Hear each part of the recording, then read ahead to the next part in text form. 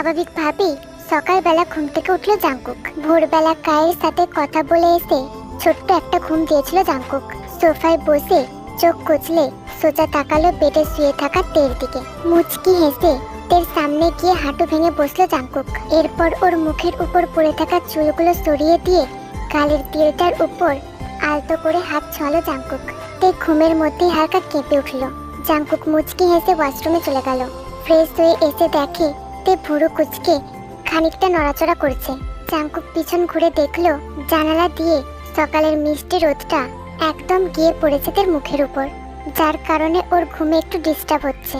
বারবার ভুরু কুচকে সেই বিরক্ত প্রকাশ করছে। জাংকুক হালকা হেসে দূরে সরে গিয়ে রোদটা গাঢ় করে দাঁড়ালো যাতে তের মুখের উপরে না পড়ে। তে কিছুটা স্বস্তি পেলেও একটু পরে এমনিতেই ওর ঘুম ভেঙে গেল। আস্তে আস্তে চোখ খুলতেই সামনে জাংকুককে দেখতে পেল। জাংকুকও মুচকি হেসে ওর দিকেই তাকিয়ে আছে। তে উঠে বসে হাই তুলে ভালোভাবে জাংকুকের দিকে তাকালো। জাংকুক একটা নীল রঙের পাতলা গেঞ্জি এবং কালো ট্রাউজার পরে আছে। হালকা ভেজা চুলগুলো কপালের উপরে পড়ে আছে। সুঠাম দেহে ভেজা ভেজা ভাব এখনো স্পষ্ট বোঝা যাচ্ছে। আজ আবারও নতুন করে ক্রাশ খেলো ও জাংকুকের উপর। আবার সাথে সাথে বিরক্ত হলো। এই এক ছেলের উপর কতবার ক্রাশ খাবে ও? ছেলেদের কি এত সুন্দর হতে হয়? কিন্তু জাংকুকের চেহারার সাথে কায়ের চেহারার কিছুটা মিল খুঁজে পাইতে কিন্তু প্রতিবারই বাকওয়াস ভাবনা ভেবে উড়িয়ে দেয়। কিন্তু আজ যেন মিলটা একটু বেশি লক্ষ্য করছে তে এবার নিজের দিকে তাকিয়ে দেখলো ও একটা লাল রঙের শার্ট পরে আছে। শার্টের সাইজ দেখে বুঝে নিল এটা জাংকুকের। তারপরেই তের কালকে রাতের কথা মনে পড়ে গেল। জাংকুক তের সামনে বসে মুচকি হেসে বলল, গুড মর্নিং।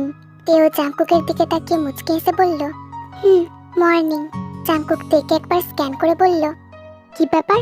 আমি তো ভেবেছিলাম তুমি ঘুম থেকে উঠেই 100টা প্রশ্ন করবে। আমি এরকমটা কেন করলাম, কে চেঞ্জ করিয়েছে, আমি উল্টাপাল্টা কিছু করেছি কিনা, এক্সেট্রা এক্সেট্রা। তে বেডে হেলান দিয়ে বসে বলল, আমি কখনো ইউজলেস প্রশ্ন করি না। এগুলো ইউজলেস প্রশ্ন? তে হাত ভাঁজ করে বলল, অফকোর্স। আপনি এমনটা কেন করেছেন এটা আমি কালকে আপনার কথাতেই বুঝে গেছি। আর যদি বলেন ড্রেস চেঞ্জ করার ব্যাপারটা, তো বাড়িতে এত ফিমেল মেড সার্ভেন্ট থাকতে এটা আপনি করবেন না আমি জানি। আর উল্টাপাল্টা করার কথা জিজ্ঞেস করে জোকস মারার অভ্যাস আমার নেই। জাংকুক তের কথাই হেসে দিল, আরে বাহ, সো ট্যালেন্টেড। ছোট থেকেই। বাই দ্য ওয়ে, আমার পোশাক কি এনেছেন আপনি, নাকি আপনার এই শার্ট পরেই থাকতে হবে? জাংকুক খানিকটা দুষ্টু হেসে তের দিকে ঝুঁকে গিয়ে বলল, চেঞ্জ করার কি দরকার, তোমাকে এভাবেই অনেক সুন্দর লাগছে, ইউনো।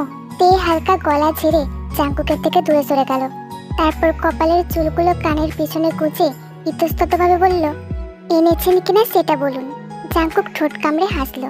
তেকে এভাবে লজ্জা পেতে দেখতে ওর খুব ভালো লাগে, তাই মাঝে মাঝে ইচ্ছে করে ওকে লজ্জা দেয়। তে জাংকুককে এভাবে হাসতে দেখে আরো লজ্জায় পড়ে গেল। মাথা নিচু করে হাত কচলাতে শুরু করলো। জাংকুক এবার হেসে দিয়ে বলল, কাবার্ডে সব আছে, যেটা ইচ্ছে পড়ে নাও। তে কিছু না বলে উঠে দাঁড়ালো, তাও গায়ে চাদর জড়িয়ে। তারপর কাবার্ড খুলে দেখলো সব রকমের পোশাকই আছে, টি শার্ট, টপস, কুর্তি সব। তে একটু অবাক হলো, এত কিছুর কি দরকার ছিল? তবুও কিছু না বলে একটা শর্ট কুর্তি আর ট্রাউজার নিয়ে ওয়াশরুমে চলে গেল। জাংকুক তে যাওয়ার দিকে তাকিয়ে একটা স্বস্তির নিঃশ্বাস ছাড়লো। তে যে ওর সাথে এখন একটু স্বাভাবিক আচরণ করছে এটাই ওর কাছে অনেক। ঘন্টা খানেক পর তে বেরিয়ে এলো ওয়াশরুম থেকে। জাংকুক সোফায় বসে ফোন টিপছিল। দরজা খোলার আওয়াজ পেয়ে একবার সেদিকে তাকালো, আবার চোখ সরিয়ে নিয়ে ফের ওদিকে তাকালো। আজকে তেকে সেই প্রথম দিনের মতোই স্নিগ্ধ লাগছে। সেদিন মোমের আবছা আলোয় দেখেছে, আর আজ দেখছে ভোরের স্নিগ্ধ আলোয়। তের চুল থেকে ফোঁটা ফোঁটা জল পড়ছে। তে টাওয়াল দিয়ে চুল মুছতে মুছতে আসলো। জাংকুক মুক্ত দৃষ্টিতে তাকিয়ে আছে তের দিকে। একে তো শাওয়ার নেওয়ার জন্য ফ্রেশ লাগছে, তার উপরে শর্ট পাতলা কুর্তি। জাংকুক মুক্ত দৃষ্টিতে তাকিয়ে আছে তের দিকে। কুর্তির সামনের দুটো বোতাম খুলে গলার দিকে খানিকটা সরিয়ে রাখা। রোদের আলো চুলে পড়ায় চুলের আভা হালকা সোনালী বর্ণের ধারণ করেছে। তে টাওয়াল সরিয়ে চুলগুলো সামনে থেকে পিছন দিকে ছুড়ে দিতেই চুলের জল গিয়ে পড়লো জাংকুকের মুখে। সেটাতে খেয়ালই করেনি, কিন্তু জাংকুক চোখ বন্ধ করে ওই অনুভূতিগুলো উপলব্ধি করতে লাগলো। তে আলতো হাতে চুলগুলো ছেড়ে যাচ্ছে। জাংকুক উঠে দাঁড়িয়ে তের কাছে গেল। তে চুল ছাড়াই ব্যস্ত থাকায় সে খেয়াল করেনি। জাংকুক তের চুলে হাত দিতেই তে কেঁপে উঠলো। পিছন ঘুরতে চাইলেই জাংকুক শক্ত গলায় বলল, নড়বে না একদম, চুপচাপ দাঁড়িয়ে থাকো। জাংকুকের এমন শক্ত কণ্ঠ শুনে তে সোজা হয়ে দাঁড়িয়ে গেল। জাংকুক বেশ খানিকক্ষণ চুলে হাত বুলিয়ে চুলের মধ্যে নাক গুজে দিল। তারপর ঘন ঘন নিঃশ্বাস নিতে লাগলো। তে তো পুরো জমে গেছে, নড়বে যে সেই শক্তিটুকুও নেই। জাংকুক চোখ বন্ধ করে ইচ্ছে মতো চুলের ঘ্রাণ নিল। তারপর তের কানের কাছে মুখ এনে ফিসফিস করে বলল, তোমার ভাগ্য ভালো যে আমাদের বিয়ে হয়নি। যেই চোখ ধাঁধানো রূপ নিয়ে আমার সামনে এসে দাঁড়িয়েছ, যদি আমাদের বিয়ে হতো তাহলে তো আজ তোমার কপালে অনেক দুঃখ ছিল। জাংকুকের কথা শুনে তের বন্ধ চোখ জোড়া দ্রুত খুলে গেল। বুকের ভিতরে ধকধক শব্দটা যেন বাইরে থেকেও শোনা যাচ্ছে। এই ছেলে সবসময় ওর হার্টবিট বাড়িয়ে দেয়। তের অবস্থা বুঝতে পেরে জাংকুক হেসে দিয়ে বলল, নিচে চলো, ব্রেকফাস্ট করব। জাংকুক যেতে নিলে তে বলল, শুনুন। জাংকুক ঘুরে জিজ্ঞাসু দৃষ্টিতে তাকালো। তে নিচের দিকে তাকিয়ে ইতস্তত করে বলল, আমার ল্যাপটপটা আনার দরকার ছিল। জাংকুক মুচকি হেসে তের দিকে তাকিয়ে বলল, ওয়ার্ড্রপের সেকেন্ড ড্রয়ারে আছে। এইটুকু বলে জাংকুক চলে গেল। তে ভীষণ অবাক হলো, কিভাবে আর কখন আনলো এটা, কিন্তু তবুও কিছু বলল না। সেও জাংকুকের পিছু পিছু চলে গেল। বেডে হেলান দিয়ে শুয়ে ওপাস ওপাস করছে কাই। কিচ্ছু ভাল লাগছে না ওর। সকালে জাংকুকের সাথে কথা বলার পর থেকেই মনটা অস্থির হয়ে আছে ওর। আসলে সকালে কাই যখন পার্টি শেষ করে সবে বের হয়েছে, তখনই জাংকুক ওকে কল করে। কলটা জাংকুক ওই বাংলো থেকে বের হয়ে কিছুটা দূরে একটা গোডাউনে ফোনে অন্য সিম ইনস্টল করেছিল। কাই ফোনে জাংকুকের নাম্বার দেখে ভীষণ অবাক হলো। কিছুক্ষণ অবাক হয়ে তাকিয়ে থেকে ফোনটা রিসিভ করে বলল, আজ নিজেই ফোন করলে আমাকে, হার মেনে নিলে নাকি? জাংকুক পাকা হেসে বলল, হার জিত তো অনেক দূরের প্রশ্ন, আগে আপনি আমাকে এটা বলুন, দেখে খুঁজে পেলেন? কাই দাঁতে দাঁত চেপে বলল, মজা নিচ্ছ আমার সাথে? মজা? মজা কেন করবো আপনার সাথে? আসলে কি বলুন তো, আপনার জন্য ভীষণ করুণা হয় আমার, সত্যি বলছি। জাংকুকের কথায় কাই ভুরুকুচকে বলল, কি বলতে চাইছো কি? জাংকুক এবার সিরিয়াস হয়ে বলল, আচ্ছা একটা কথা বলুন তো, জীবনের কোন সিদ্ধান্তটা আপনি নিজে থেকে নিয়েছেন? এই যে রাজনীতি করেন, এটাতে কি আপনার কোনো ইন্টারেস্ট আছে? আপনি আপনার বাবার সমস্ত কাজে সাহায্য করলেও সেগুলো কি আপনি মন থেকেই করেন? কাই খানিকটা চমকে উঠল। ওর মনে এই প্রশ্ন বারবার আসলেও কাই তাতে পাত্তা না দিয়ে ধামাচাপা দিয়ে রেখেছে। কিন্তু জাংকুক এসব কেন বলছে? কাইকে চুপ থাকতে দেখে জাংকুক বলে উঠল, কি হলো, চুপ করে আছেন কেন? কাই ইতস্তত গলায় বলে উঠল, আমি যা করি নিজের ইচ্ছাতেই করি, আর সব জ্ঞানেই করি, আপনার অ্যাডভাইসের কোনো প্রয়োজন নেই আমার। জাংকুক একটা নিঃশ্বাস ফেলে বলল, আমি যে কোনো অ্যাডভাইস দিইনি এটা আপনি ততক্ষণ বুঝতে পারবেন না যতক্ষণ না আপনি বুঝতে চাইবেন না। কাই আর কিছু না শুনে ফোনটা কেটে দিল। তারপর হনহন করে বেরিয়ে এলো ওখান থেকে। তারপর বাড়ি ফিরে গংইয়োকে ওইসব কথা বলে রুমে চলে এলো। অস্থিরতা কিছুতেই কমছে না। কিছুক্ষণ পর জ্যাকসন ওর রুমে এসে ওর পাশে বসে বলল, কি ভাবছো বাবাই? নিজের মামার গলার আওয়াজ পেয়ে চোখ খুলে তাকালো কাই। তারপর বলে উঠল, কিচ্ছু ভালো লাগছে না, অস্থির লাগছে। কাইয়ের এরকম কথা শুনে জ্যাকসন অবাক হয়ে বলল, কিছু কি হয়েছে?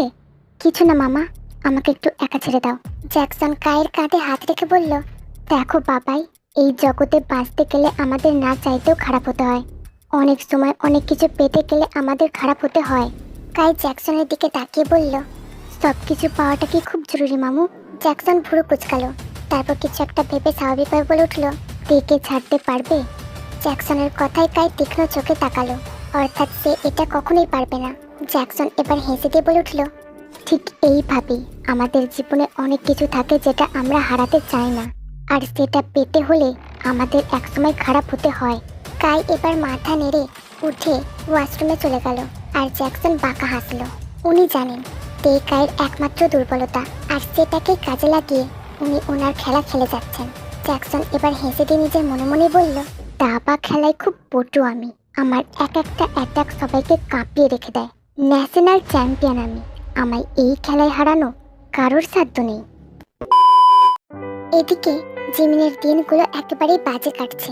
একে তো তের টেনশন, আর দ্বিতীয়ত সুগা আর তাকে আগের মতো ফোন করে না, চালায় না। সত্যি খুব অদ্ভুত।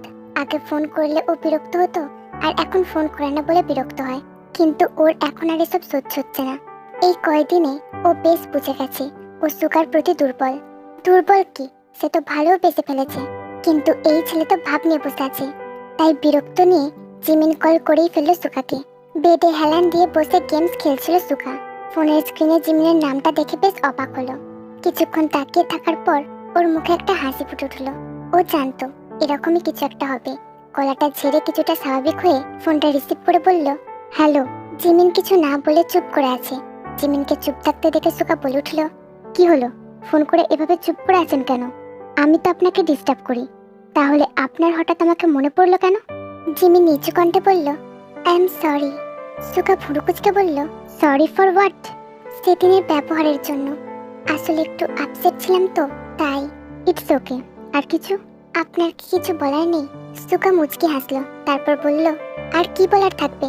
জিমিন গোমরা মুখ করে বলল, কিচ্ছু বলার নেই। সুকা একটা নিঃশ্বাস নিয়ে হেসে বলল, আই লাভ ইউ। জিমিন কিছু না বলে ফোনটা কেটে দিয়ে হেসে দিল। কেমন একটা অদ্ভুত অনুভূতি হচ্ছে ওর, যেটা এর আগে কখনো হয়নি। একই হয়তো প্রথম ভালোবাসার অনুভূতি বলে। সুকাও হাসলো, কারণ আগে যখন ও এই কথা বলতো তখন তো জিমিন 100টা কথা শুনিয়ে দিত। তবে আজ কিছু না বলে ফোনটা কেটে দেওয়ার কারণ? বেডে পা ঝুলিয়ে বসে আছে তে। জাংকুক সোফায় বসে ল্যাপটপে কাজ করছে। এই মুহূর্তে তের মাথায় শুধু একটা কথাই ঘুরছে, কাই আর জাংকুকের চেহারার মিল। খুব বেশি মিল নেই, তবে কিছু কিছু ক্ষেত্রে বেশ মিল আছে। সেটা এর আগে ওর মাথায় না আসলেও আজ সকালে জাংকুককে গভীরভাবে দেখার পর হঠাৎ করেই ওর মাথায় এলো। কেন এলো তা সে নিজেও জানে না। তে হঠাৎ জাংকুকের উদ্দেশ্যে বলে উঠল, একটা কথা জিজ্ঞেস করব? জাংকুক ল্যাপটপের দিকে তাকিয়েই বলল, 100টা করো সুইটহার্ট। তের কিছুটা রাগ হলো। কথায় কথায় সুইটহার্ট ডাকার কি আছে? জাংকুক কি বোঝে না এই ডাকটা শুনে তের বুকের ভিতরটা কেমন করে?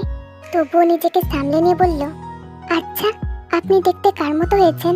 এটা শুনে জাংকুক অবাক হয়ে ল্যাপটপ থেকে চোখ সরিয়ে তের দিকে তাকিয়ে বলল, এটা কেমন প্রশ্ন? আমি দেখতে আমার মতোই হয়েছি। তে একটা নিঃশ্বাস ফেলে বলল, না মানে আপনার ফ্যামিলিতে আপনার চেহারার সাথে কার চেহারার মিল আছে? হঠাৎ এই প্রশ্ন? বলুন না। জাংকুক মুচকে হেসে বলল, আমার মায়ের সাথে ওনার আর আমার চেহারার বেশ মিল আছে। এমন মনে হয় একই চেহারার উনি ফিমেল ভার্সন আর আমি মেল ভার্সন। বলেই জাংকুক হেসে দিল, সাথে তেও হেসে দিল। আর মনে মনে ভাবলো, এসব অযথাই ভাবছো। একজনের সাথে অন্যজনের চেহারার মিল থাকতেই পারে, আর তাও তো একেবারে সামান্য মিল।